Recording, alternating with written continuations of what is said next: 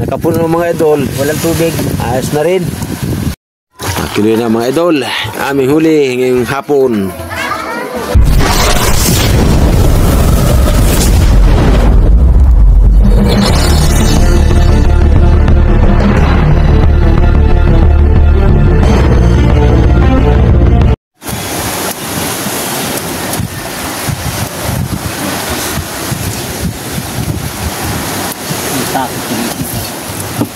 Ang lambat ay.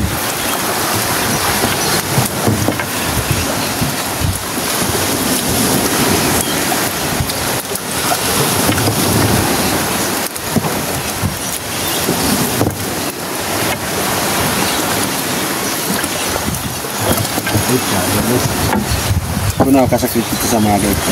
Nakakasakit.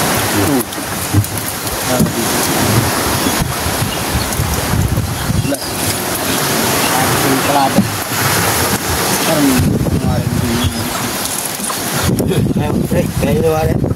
Ako baboy. Sa bunog ka. Ito lang.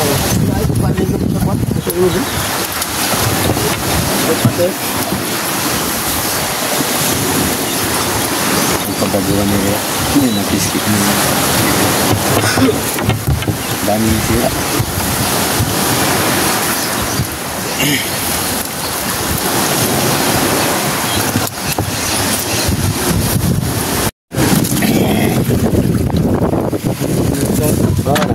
Nakapuno mga idol. Walang tubig.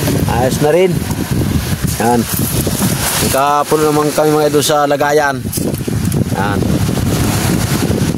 Sariwa-sariwa mga idol lang. Kahuli pa. Tara toy. Kilo na mga idol. Aming huli ngayong hapon. Kung natitimbangan. Yan. Guys, dapat taktas mo yun ay. Ang baon tubig yan. Kaya tanggal natin dyan. Ang tubig na rin. Doon muna, mamaya na pre, doon na muna ilagay. Doon na ilagay muna isda. Ang tubig yan. Kasi laki nga sa unang. 1 kilo? Sama ba ito? Yung mga na pre. Ay, malaki na pre. Medyo kaunti ngayon mga idol dahil malakas ang agos. Kahit paano naman mga idol may pambigas na rin. Tis-tis muna hanggat malakas ang agos bago hindi pa nakapamana sa gabi. Tis-tis muna. Oh, ang kaso.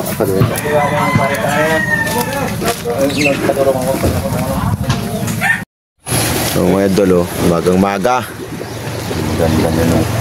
Sariwang sariwa. Yan ang mga huli agad ngayon kahit medyo habagat mga idol dito sa amin. Nakahuli pa sila pagtaan ng lambat.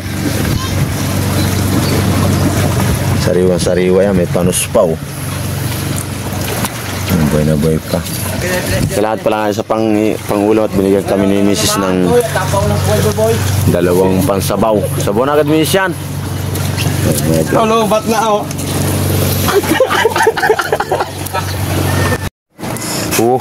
Lagutan na erit lubot diri at buhay pere.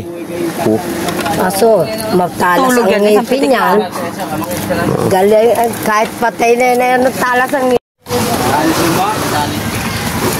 Bahayan mga idol ng payangitan o ahas dagat ang nataanan niya. Pero solve naman, lalaki. Yan. Pero yung isa na rin, lumod na yan. Pero bawin ng mga idol sa kain pa yan, sobra pa. Yung binta dito sa mga payangitan na ito.